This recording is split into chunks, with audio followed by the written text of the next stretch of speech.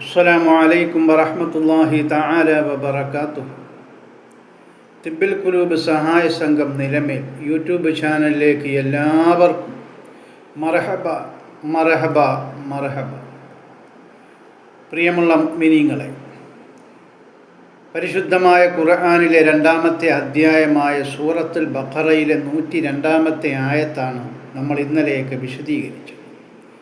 ഇന്നും കൂടി വിശദീകരിച്ചാൽ മാത്രമേ ആ ആയത്തിൻ്റെ അർത്ഥവും ആശയവും നമുക്ക് മനസ്സിലാക്കാൻ സാധിക്കുകയുള്ളൂ. ഇപ്പോൾ കുറച്ച് കാര്യങ്ങൾ കഴിഞ്ഞ വീഡിയോയിൽ നമ്മൾ പറഞ്ഞു. ഇനി ബാക്കി പറയുകയാണ്. അള്ളാഹു തൗഫീക്ക് ചെയ്യുമാറാകട്ടെ. 1, 2, 3 പ്രാവശ്യം ഇത് കേട്ടാലേ മനസ്സിലാകും. നല്ലതുപോലെ ഇത് കേട്ട് പഠിച്ച് മനസ്സിലാക്കണം. അള്ളാഹു എല്ലാവർക്കും തൗഫീക്ക് ചെയ്യുമാറാകട്ടെ. അള്ളാഹു പറയുന്ന ആ രംഗങ്ങളാണ്. ജൂതർ പറഞ്ഞല്ലോ നാട്ടിലാകെ, അവരും പഠിച്ചത് തന്നാണെന്ന്. ജനവും ഇതാ ചോദ്യം ഉയർത്തി പൊന്നേ,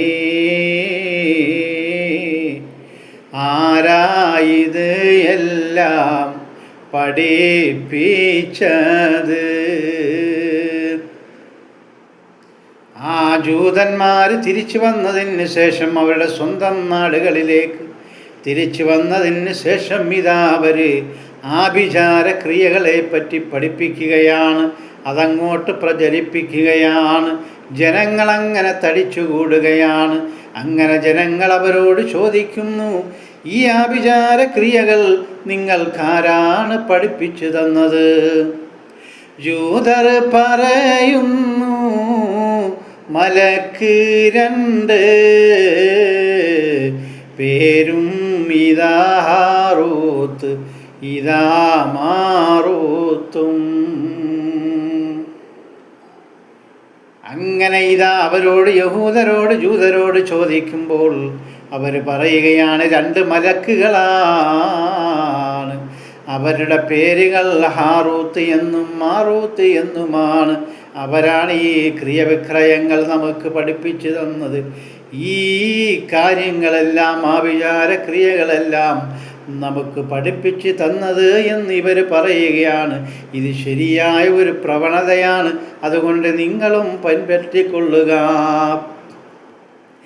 ഇവരെ അയച്ചത് റബ്ബ് തന്ന,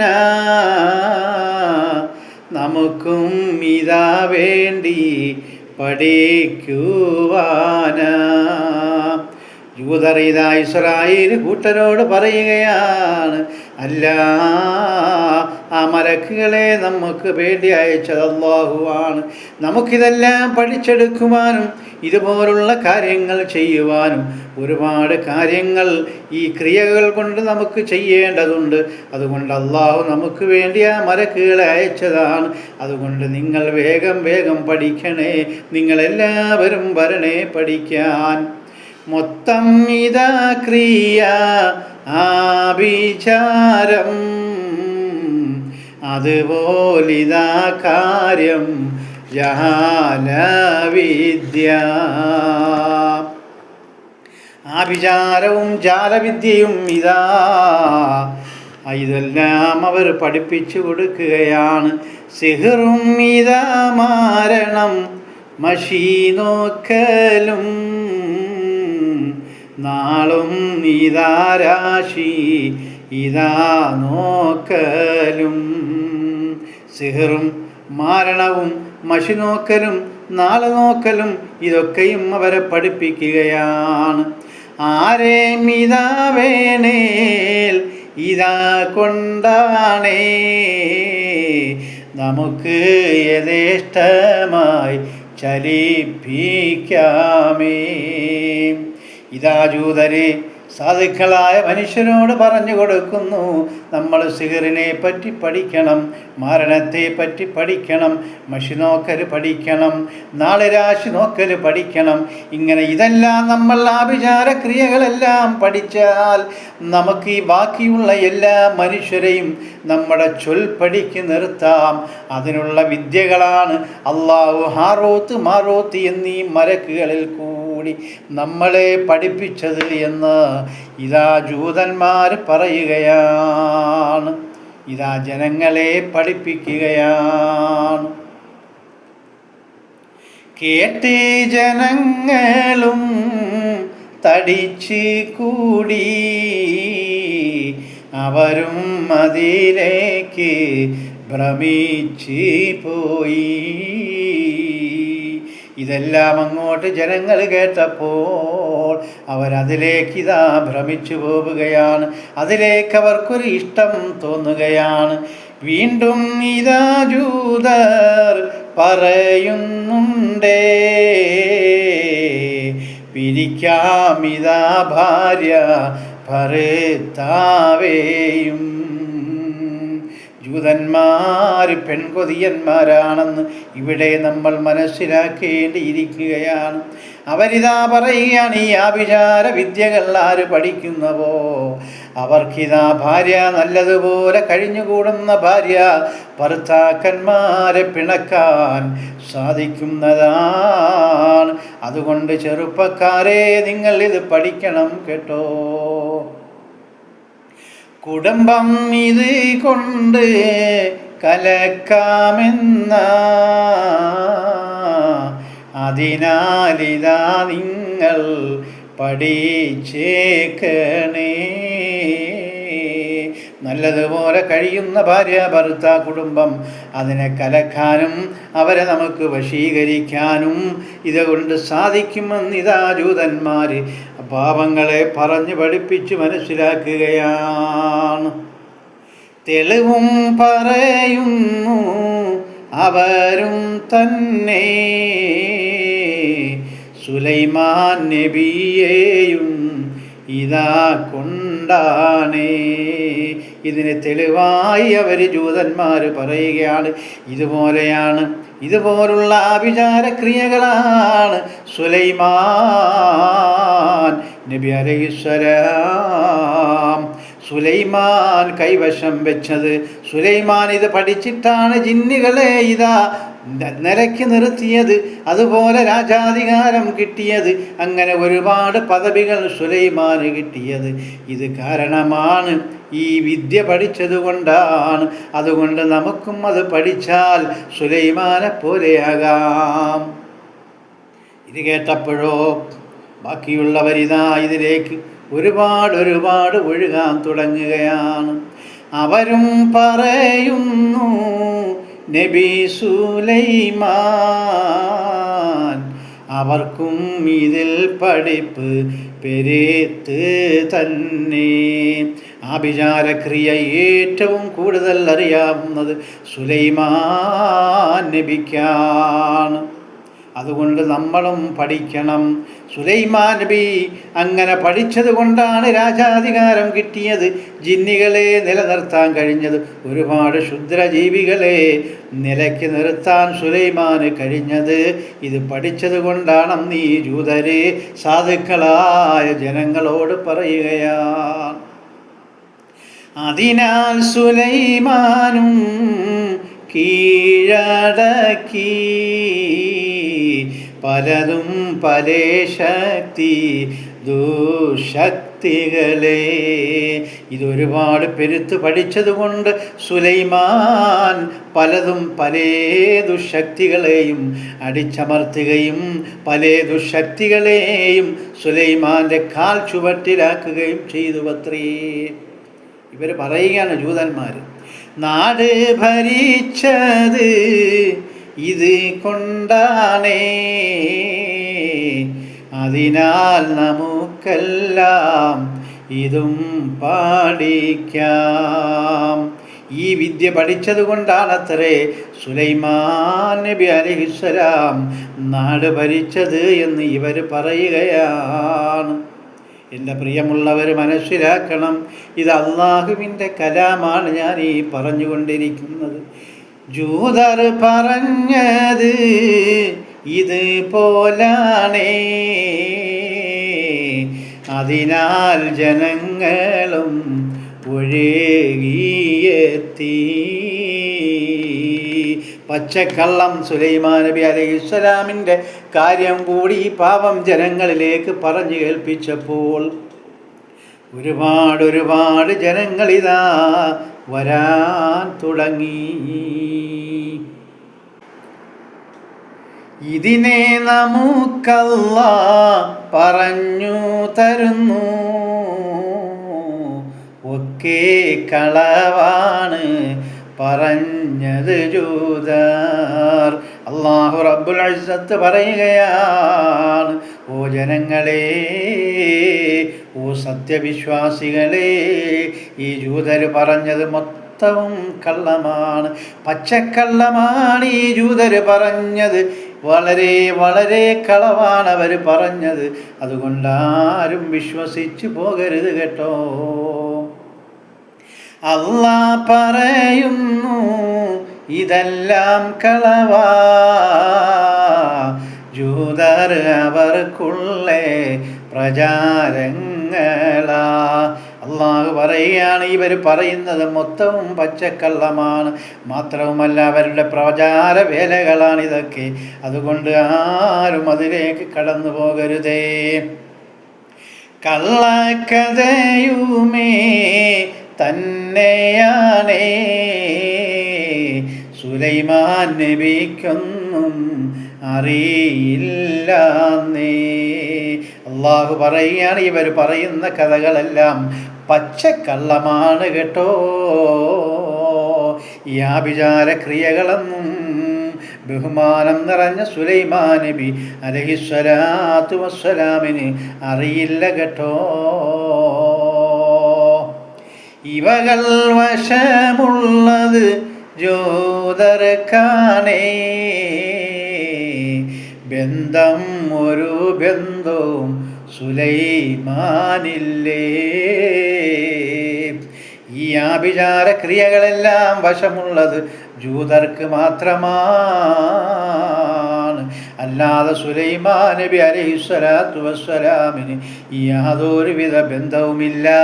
ഇത് സുലൈമാൻ അറിയില്ല കേട്ടോ. സുലൈമാൻ ഇത് ചിന്തിച്ചിട്ട് പോലുമില്ല.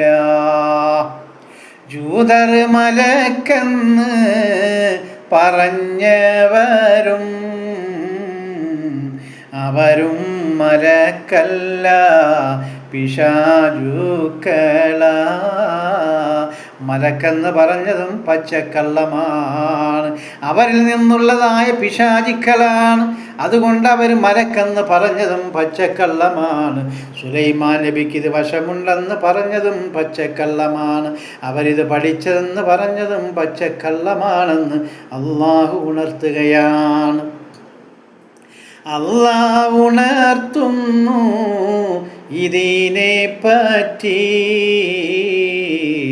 പറയാം ഇതാ ഞാന് ഖുർആൻ തന്നെ. ഇതാ പരിശുദ്ധമായ ഖുർആനിലേക്ക് നമ്മൾ പോവുകയാണ്. ഇന്നലെയും ഇന്നും പറഞ്ഞ കാര്യങ്ങൾ ഇതാ പരിശുദ്ധമായ ഖുർആൻ, അതിൻ്റെ തെളിവ് ഞാനിതാ നിങ്ങളുടെ മുന്നിൽ അവതരിപ്പിക്കുകയാണ്. വത്തബഊ മാ തത്ലു ശയാത്തീനു അലാ മുൽക്കി സുലൈമാൻ. നല്ലോലെ പഠിക്കണം. സുലൈമാൻ നബിയുടെ ആധിപത്യത്തെക്കുറിച്ച് പിശാചുക്കൾ പറഞ്ഞു പരത്തിക്കൊണ്ടിരുന്നത് ഇസ്രായേലിയർ പിൻപറ്റുകയും ചെയ്തു. എത്ര വ്യക്തമാണ്. എന്നിട്ട് അല്ലാഹു പറയുകയാണ്, വമാ കഫറ സുലൈമാൻ. വാസ്തവത്തിൽ സുലൈമാൻ നബി അലൈഹിസ്സലാം ദൈവനിഷേധം ഒരിക്കലും കാണിച്ചിട്ടേ ഇല്ല. വമാ കഫറ സുലൈമാൻ, ദൈവനിഷേധം ഒരിക്കലും സുലൈമാൻ നബി തങ്ങൾ കാണിച്ചിട്ടില്ല എന്ന് അല്ലാഹു പറയുകയാണ്. പക്ഷേ ജൂതർ പറഞ്ഞു, എന്ത്? സുലൈമാൻ വിചാരക്രിയകളെല്ലാം ചെയ്തു എന്ന്. അല്ലാഹു പറയുന്നു അങ്ങനെ ഒന്നില്ല. വീണ്ടും അല്ലാഹു പറയുന്നു, വലാകിന്ന ശയാത്തീന കഫറൂ, മറിച്ച് ആ പിശാചുക്കളാണ് സത്യനിഷേധമാർഗം കൈക്കൊണ്ടത് എന്ന് അല്ലാഹു പറയുകയാണ്. നമ്മൾ നല്ലതുപോലെ പരിശുദ്ധമായ ഖുർആന് മനസ്സിലാക്കണം. വീണ്ടും അല്ലാഹു പറയുകയാണ്, യുഅല്ലിമൂനന്നാസ സിഹ്റ. എങ്ങനെ? അല്ലാഹു പറയുന്നു, യുഅല്ലിമൂനന്നാസ സിഹ്റ, അവർ ജനങ്ങൾക്ക് ആഭിചാരക്രിയ പഠിപ്പിച്ചു കൊടുത്തിരുന്നു. ആര്? ഈ ജൂതന്മാർ അവിടത്തെയുള്ള ജനങ്ങൾക്ക് ആഭിചാരക്രിയകൾ പഠിപ്പിച്ചു കൊടുത്തിരുന്നു. അതിന് ആധാരമായി അവർ പറഞ്ഞിരുന്ന കഥ എന്താണെന്നറിയുമോ?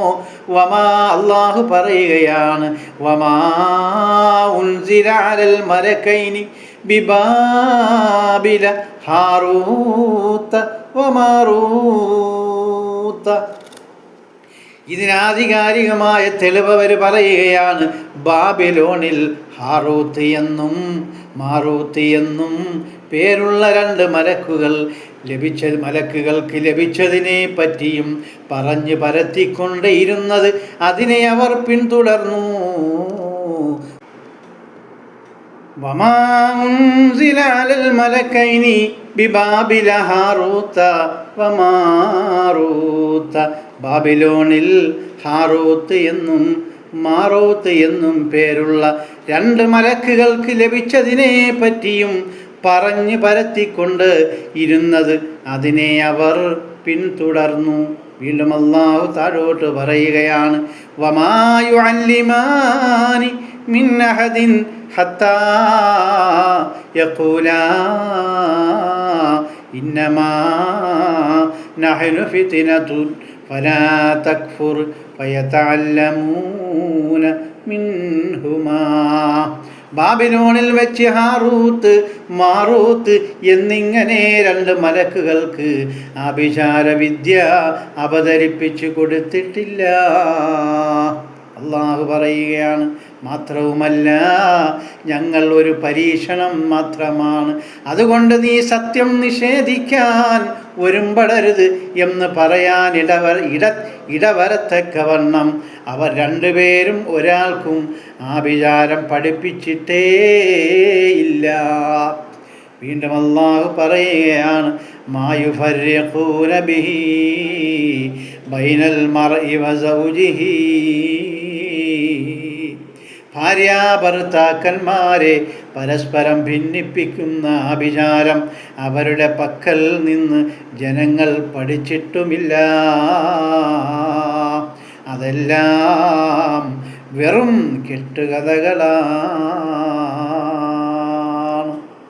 അപ്പം മനസ്സിലാക്കണം, ഇതിൽ നിന്ന് ഈ പരിശുദ്ധമായ ഖുർആനിൽ നിന്ന് നമുക്ക് മനസ്സിലാക്കാനുള്ളത്, ആരെയും തമ്മിലടിപ്പിക്കാനോ ഭാര്യാഭർത്ത ബന്ധങ്ങൾ ഭിന്നിപ്പിക്കാനോ ആരെയെങ്കിലും നന്നാക്കാനോ നശിപ്പിക്കാനോ ആർക്കും ഒരു കഴിവും ഇല്ല. അങ്ങനെ അല്ലാഹു ആരെയും പഠിപ്പിച്ചു കൊടുത്തിട്ടില്ല, അതിനുവേണ്ടി ആരെയും നിയോഗിച്ചിട്ടുമില്ല എന്ന് ഈ പരിശുദ്ധമായ ഖുർആൻ നമ്മെ ഉണർത്തുകയാണ്. അതുകൊണ്ടാണ് ഞാൻ ഇന്നലെയൊക്കെ നിങ്ങളുടെ അടുത്ത് പറഞ്ഞത്, മാന്ത്രിക പരിപാടി, മഷി നോക്കൽ, പാൽ കിതാബ് നോക്കൽ, അങ്ങനെയുള്ള ഒരുപാട് കാര്യങ്ങൾ നമുക്ക് നിഷിദ്ധമാണ്, അതൊന്നും പാടില്ല എന്ന്.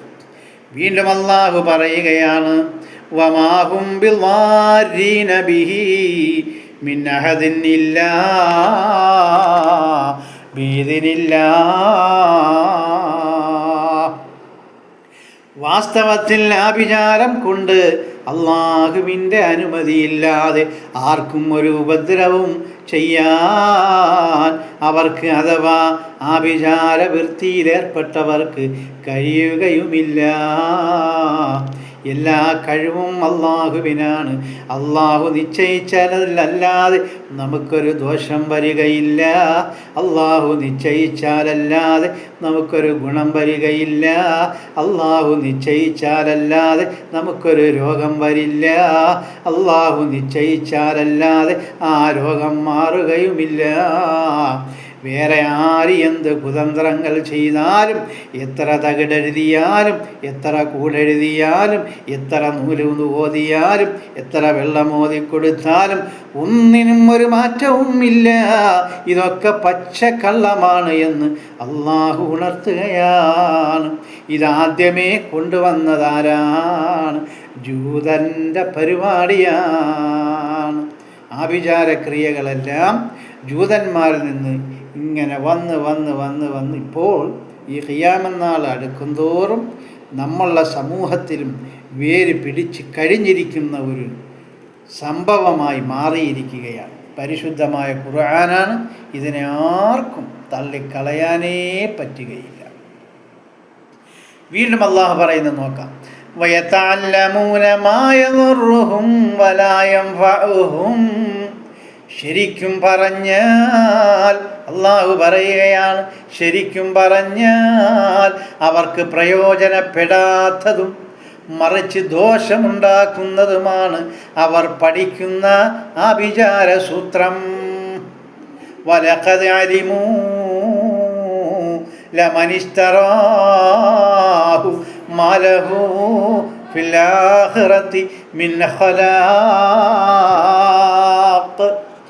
മതത്തിൻ്റെ പരിശുദ്ധ ആദർശങ്ങൾ വിറ്റ് ആഭിചാര സൂത്രം വിലക്കി വാങ്ങിയവർക്ക്, അഥവാ ആഭിചാര വിദ്യ കൈവശപ്പെടുത്തിയവർക്ക് പരലോക നേട്ടങ്ങളിൽ യാതൊരു പങ്കുമില്ല എന്ന് അവർ ഗ്രഹിച്ച് കഴിഞ്ഞിട്ടുണ്ട്. കാര്യമെല്ലാം അവർക്കറിയാം, മനസ്സിലായില്ലേ? എന്നിട്ടും അവരിതിങ്ങനെ തുടർന്നു കൊണ്ടേയിരിക്കുകയാണ്. തകിടെഴുതുന്നവർക്കറിയാം ഇതിലൊന്നും ഒരു കാര്യമില്ല. കിതാബ് നോക്കുന്നവർക്കും അറിയാം പച്ചക്കള്ളം. അതൊരു ശാസ്ത്രവശമാണ്. എന്തെങ്കിലുമൊക്കെ ഇരുന്ന് പറയുക, ഇല്ലെങ്കിൽ അദ്ദേഹത്തിൻ്റെ കാര്യമോ അദ്ദേഹത്തിൻ്റെ സുഹൃത്തിൻ്റെ. ഇപ്പം ഞാനൊരു ഉസ്താദ്, ഒരാൾ എന്നെ കാണാൻ പറഞ്ഞു, ഉസ്താദ് എനിക്കൊന്ന് നോക്കണം. എന്ത് നോക്കാൻ? ഞാനൊരു വലിയ കിതാബൊക്കെ എടുത്ത് വെച്ചിട്ട് എൻ്റെ സുഹൃത്തുക്കളുടെ കാര്യമോ അല്ലെങ്കിൽ എൻ്റെ വീട്ടിൻ്റെ കാര്യമോ കുടുംബക്കാരുടെ കാര്യമൊക്കെ ഊന്നി വെച്ചുകൊണ്ട് ഇവരിലേക്ക് ചൂണ്ടിപ്പറയും. അപ്പോൾ ഇവരായിരിക്കും, ഓ ശരിയാണ് ശരിയാണ് ശരിയാണ്. ഇതാണ് ഇവിടെ സംഭവിച്ചുകൊണ്ടിരിക്കുക. അപ്പം അറിയാം, ഇവർക്കറിയാം ഇത് പച്ചക്കള്ളമാണ് ഞങ്ങൾ ചെയ്യുന്നത്. പക്ഷേ അവർ ചെയ്തുകൊണ്ടേയിരിക്കുകയാണ്. അവരുടെ ആഖിറം നഷ്ടപ്പെട്ടുകൊണ്ടേയിരിക്കുകയാണ്. പ്രശസ്തിക്കും പൈസയ്ക്കും ഗർവിനും വേണ്ടി മറച്ചു വെച്ചിരിക്കുകയാണ് ഈ പരിശുദ്ധമായ ഖുർആനിനെ അവർ. അതേ, ഇനി ശരിക്കും ഈ ആയത്ത് അറിയില്ലേ, ഇതിൻ്റെ അർത്ഥവും ആശയവും അറിയില്ലേ എന്തോ, അതും അറിഞ്ഞുകൂടാ. എന്തായാലും അവർ ചെയ്യുന്നത് വളരെ തെറ്റ് തന്നെയാണ്. എന്തൊക്കെ കാര്യങ്ങളാണ് ചെയ്തുകൂടാത്തത് എന്ന് ഇൻഷാ അല്ലാഹ് ഇച്ചിരി കൂടെ ആയത്തുണ്ട്, അതുകൂടെ പറഞ്ഞു തീർന്നിട്ട് ഞാൻ പറഞ്ഞു തരാം. വീണ്ടും അല്ലാഹു പറയുകയാണ്, വലബിഅസ മാ ശറൂ ബിഹി അൻഫുസഹും ലൗ കാനൂ യഅലമൂൻ. അവരുടെ ആത്മാവുകളെ വിറ്റ് അല്ലാഹു പറയുകയാണ്. എങ്ങനെ? അവരുടെ ആത്മാവുകളെ വിറ്റ് അവർ വാങ്ങിയ വില വളരെ ചീത്ത തന്നെ. എത്ര നികൃഷ്ടം! അവർക്ക് വിവരമുണ്ടായിരുന്നു എങ്കിൽ ഇത് ചെയ്യുമോ? അല്ലാഹു ചോദിക്കുകയാണ്, തുച്ഛമായ ലാഭത്തിന്, ദുനിയാവിൻ്റെ ലാഭത്തിന് വേണ്ടി ഈ ചെയ്യുന്ന പ്രവൃത്തി എത്രയോ നികൃഷ്ടമാണെന്ന് അല്ലാഹു പറയുകയാണ്. വലബിഅസ മാ ശറൗ ബിഹി അൻഫുസഹും ലൗ കാനൂ യഅലമൂൻ. അവരുടെ ആത്മാവുകളെ വിറ്റ്, അഥവാ അവരുടെ റൂഹ് നാളെ ആഖിറത്തിലേക്ക് ചെല്ലുമ്പോൾ അത് നരകത്തിലേക്ക് പോവുകയില്ലേ? ആ റൂഹ് ഖബറിലെത്തുമ്പോൾ നരകശിക്ഷ ഏറ്റുവാങ്ങേണ്ടി വരില്ലേ? ആ റൂഹ് സിറാത്തുൽ മുസ്തഖീം എന്ന പാലം കടക്കാൻ ആ റൂഹിന് കഴിയാതെ വരില്ലേ? നാളെ കോടാനക്കോടി ജനങ്ങൾ വെന്തുരുകുന്നതായ മഹിഷറയിൽ നിൽക്കുമ്പോൾ ഈ റൂഹും അതേപോലെ നിൽക്കണ്ടേ? ഈ റൂഹിന് വല്ല തണലുമുണ്ടോ? വല്ല ശാന്തിയുമുണ്ടോ? പ്രവാചകൻ മുഹമ്മദ് മുസ്തഫ സ്വല്ലല്ലാഹു അലൈഹി വസല്ലമ തങ്ങൾ എല്ലാവരെയും വിളിച്ച് സ്വർഗത്തിലേക്ക് കയറ്റുമ്പോൾ ഈ റൂഹ് വിങ്ങി വിങ്ങി പൊട്ടുകയല്ലേ? ആ റൂഹിന് അങ്ങോട്ട് കടക്കാൻ പറ്റുമോ? ഗർജിക്കുന്ന നരകത്തിലേക്ക് മലക്കുകൾ തള്ളിയിടാ പോകുന്ന റൂഹല്ലേ? അതുകൊണ്ട് തന്നെയാണ് അല്ലാഹു പറഞ്ഞത്, വലബിഅസമാ ശറൗ ബിഹി അൻഫുസഹും ലൗ കാനൂ യഅലമൂൻ. ഈ ആഭിചാരക്രിയകൾ പഠിക്കുന്നവരും ഈ ആഭിചാരക്രിയകൾ ചെയ്യുന്നവരും അവരുടെ ആത്മാവുകളെ വിറ്റ് അവർ വാങ്ങിയ വില വളരെ ചീത്ത തന്നെ. എത്രയോ നികൃഷ്ടമാണ്. അവർക്ക് വിവരമുണ്ടായിരുന്നു എങ്കിൽ ഇത് ചെയ്യുമായിരുന്നോ?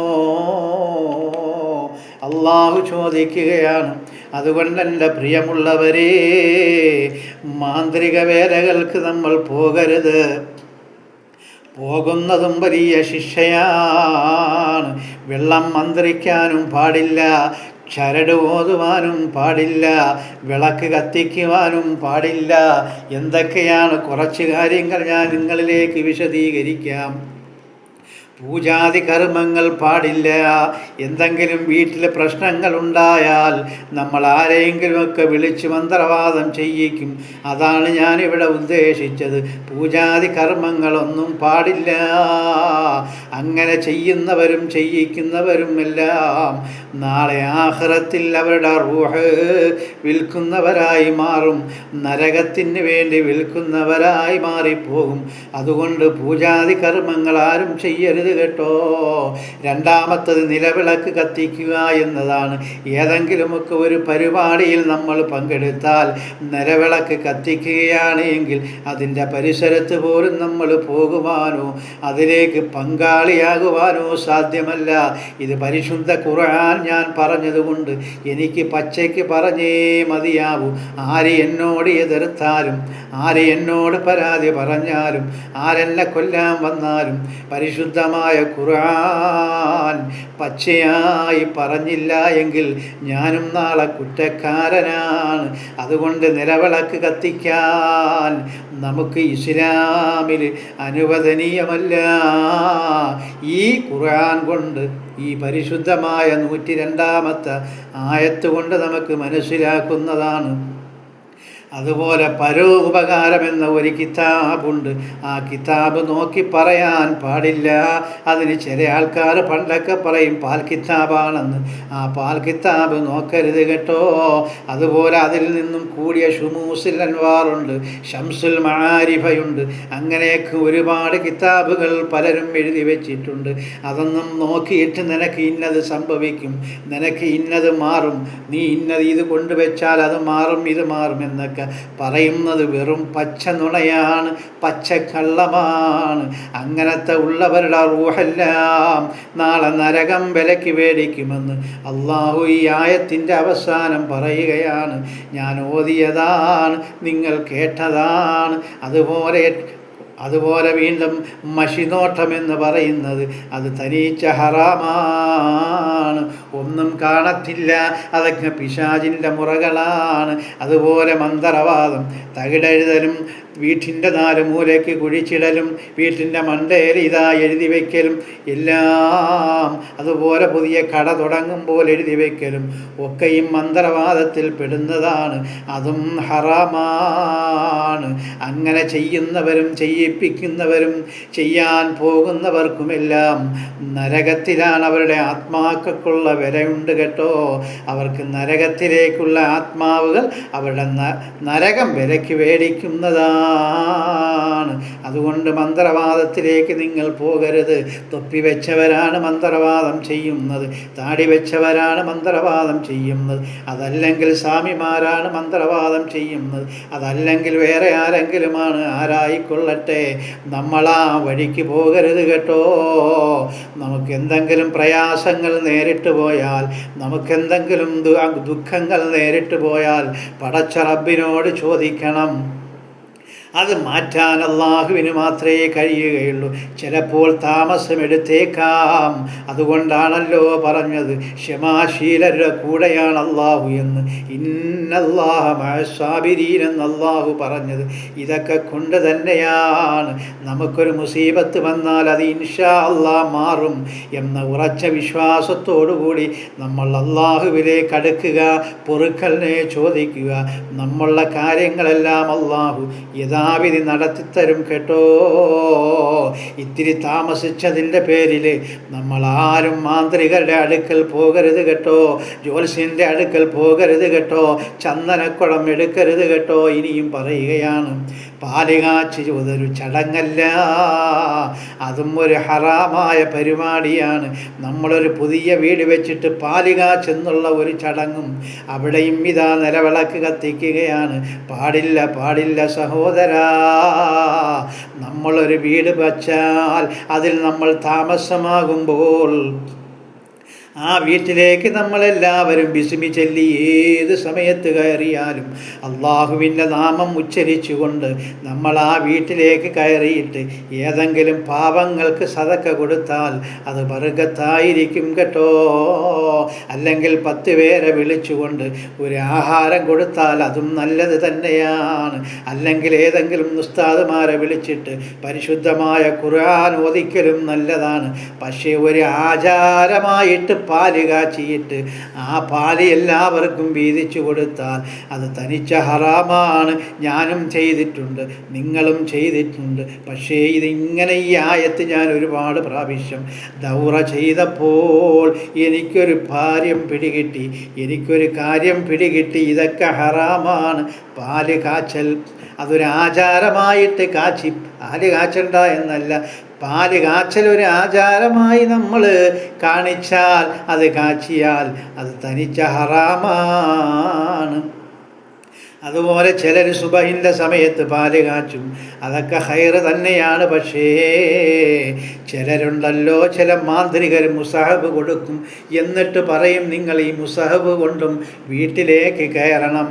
നല്ല കാര്യമാണ്. പക്ഷേ അതിന് ഒരു അഴുക്കക്കാര്യം എന്താണെന്നറിയുമോ?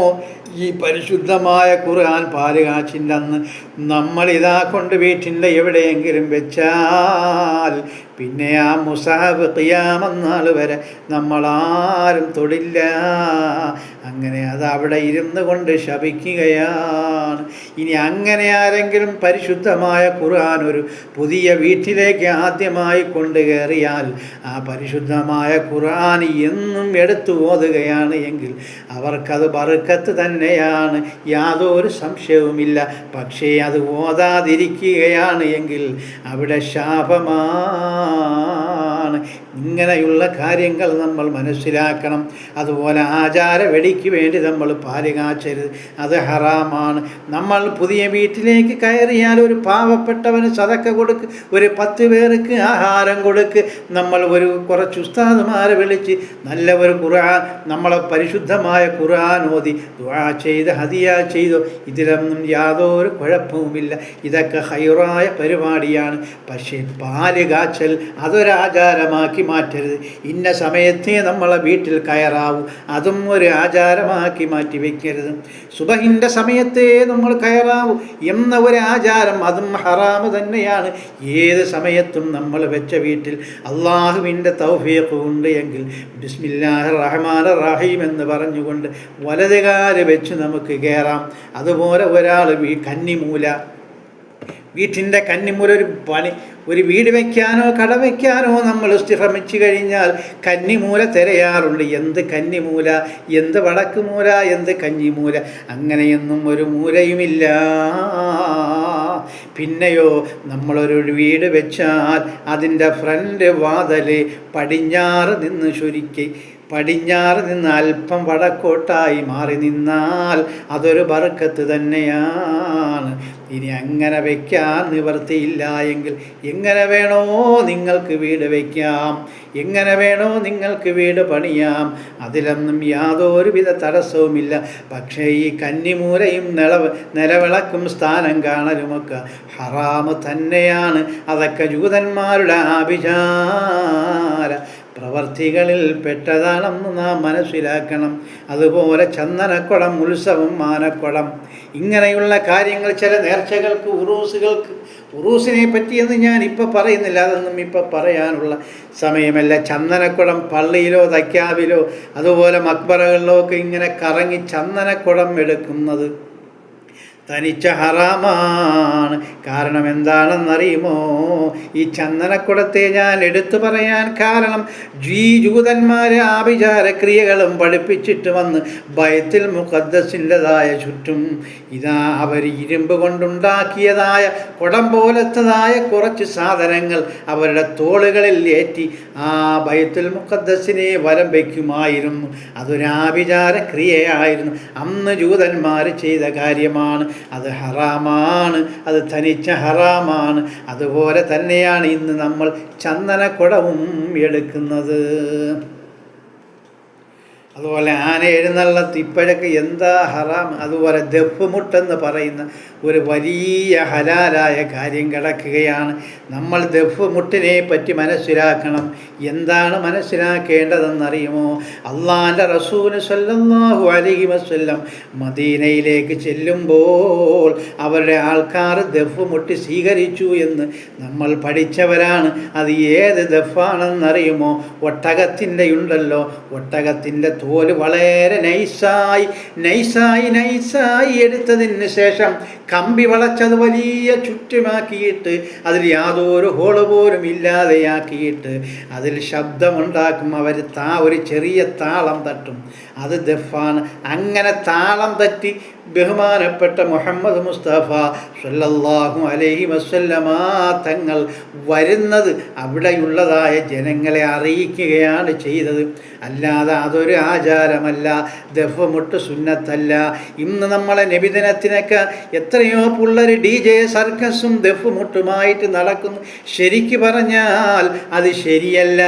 അള്ളാൻ്റെ റസൂലിന് ദഫ് മുട്ടി എന്ന് നമ്മൾ മനസ്സിലാക്കേണ്ടത് എങ്ങനെയാണെന്നറിയുമോ? ഒട്ടകത്തിൻ്റെ തോല് വളരെ നൈസാക്കി എടുത്തിട്ട് ആ കമ്പിയിൽ ചുറ്റി പൊതിഞ്ഞ് കെട്ടിയാൽ അതിലിങ്ങനെ മുട്ടിയാൽ നല്ല ശബ്ദമാണ്, നല്ല സ്വരമാധുരിയുള്ള ശബ്ദമാണ് കിട്ടുക. അങ്ങനെ റസൂലുള്ളാഹി മദീനയിലേക്ക് കടന്നു വന്നപ്പോൾ അവരിലുള്ള കുറച്ച് ആൾക്കാർ അങ്ങനെ അത് മുട്ടിയത് സ്വീകരിക്കാനായിരുന്നില്ല. നമ്മൾ പ്രത്യേകം മനസ്സിലാക്കണം, എല്ലാ ജനങ്ങളെയും വിളിച്ചു വരുത്താനായിരുന്നു. ദാ മുഹമ്മദ് വരികയാണ്, ദാ മുഹമ്മദിൻ്റെ പ്രകാശം എത്തുകയാണ്, ദാ മുഹമ്മദ് മുസ്തഫ നമുക്ക് സ്വർഗവും കൊണ്ടുവരികയാണ്, നന്മ കൊണ്ടുവരികയാണ്, സ്വർഗം വിളിക്കുന്ന മുഹമ്മദേ. ആ മുഹമ്മദ് മദീനയിലേക്ക് വരികയാണ് സ്വല്ലല്ലാഹു അലൈഹി വസല്ലം. അതിനെ ജനങ്ങൾക്ക് അറിയിച്ചു കൊടുക്കാനാണ് അവർ ആ ദഫ്. അതിന് ദഫൊന്നുമല്ല, വേറെ പേരാണ് അതിന് പറയുന്നത്.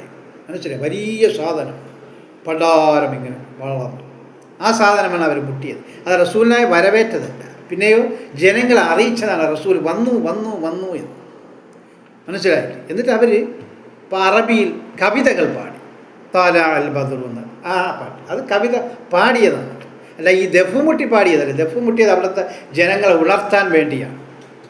ഇതൊക്കെ നമ്മൾ സത്യമായിട്ട് മനസ്സിലാക്കണം. ഈ വീഡിയോയിൽ ഒരുപാട് കമൻറ്റുകളും തെറികളും ഒക്കെ വരുമെന്ന് എനിക്കറിയാം. എന്നാലും പ്രശ്നമില്ല, ഞാൻ പറഞ്ഞു പോയതാണ്. വേണമെന്നുള്ള പരിശുദ്ധ ഖുർആനാണ് ഞാൻ പറഞ്ഞത്. വേണമെന്നുള്ളവർ ഉൾക്കൊള്ളാം, അല്ലാത്തവർക്ക് തള്ളിക്കളയാം. ജൂതന്മാർ തള്ളിക്കളഞ്ഞില്ല അതുപോലെ.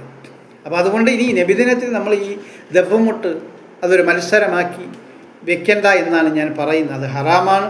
ഒന്നാമത് ആലിമീങ്ങളെല്ലാം മരണപ്പെട്ടുകൊണ്ടിരിക്കുകയാണ്. ഉഹറവിയായ ഇന്ന് തന്നെ എത്ര ആലിമീങ്ങൾ മരിച്ചു എന്നറിയാം, എത്ര ഉസ്താദന്മാർ. അത് സാധാ ഉസ്താദന്മാരൊന്നുമല്ല, നല്ല ആലിമീങ്ങൾ, ആരിഫീങ്ങളായ നല്ല അറിവുള്ളവർ. അപ്പോൾ ആലിമീങ്ങൾ മരണപ്പെട്ടുകൊണ്ടേയിരിക്കുകയാണ്. ഇതൊക്കെ ഖിയാമത്ത് അടയാളം. ഇനി കുറച്ച് ആലിമീങ്ങളിലൂടെ ഉണ്ട്, അവരും കൂടെയൊക്കെ മരണപ്പെട്ട തീർന്ന് കാര്യം പോക്ക. അതുകൊണ്ടാണ് ഞാൻ ഈ പറയുന്നത്, നമ്മൾ ചെറുപ്പക്കാർ കുട്ടികളൊക്കെ മനസ്സിലാക്കുക. നമ്മൾ ഇതുപോലുള്ള കാര്യങ്ങളിലേക്ക് നമുക്കിഷ്ടമാണ്, ആനന്ദമാണ്, കൊള്ളാം, പൈസയൊക്കെ കിട്ടും, പക്ഷേ നമ്മൾ അതിലേ അതുപോലെ ചെണ്ടമേളം. ഒരു പുതിയ കട തുടങ്ങിയാൽ അതിൻ്റെ മുറ്റത്ത് ചെണ്ടമേളം, വാദ്യമേളം, അത് പാടില്ല. നമ്മളെ മുസൽമാൻ ഒരു കട തുടങ്ങിയാൽ ചെണ്ടമേളത്തിൻ്റെ ആവശ്യമൊന്നുമില്ല. ഇതാറ് കൊടി തോരണങ്ങളൊക്കെ കെട്ടാം ഒരു പുതിയ കടയിൽ അറിയാൻ വേണ്ടി, അല്ലെങ്കിൽ നോട്ടീസ് അടിച്ചിറങ്ങും. അല്ല, ചെണ്ടമേളം അത് മുസൽമാൻ്റെ കടയിൽ ചെണ്ടമേളം കൊട്ടിയാൽ അവിടെ കൊണ്ട് തീർന്ന ആ ശാപം അവിടെ ഏൽക്കുകയാണ്.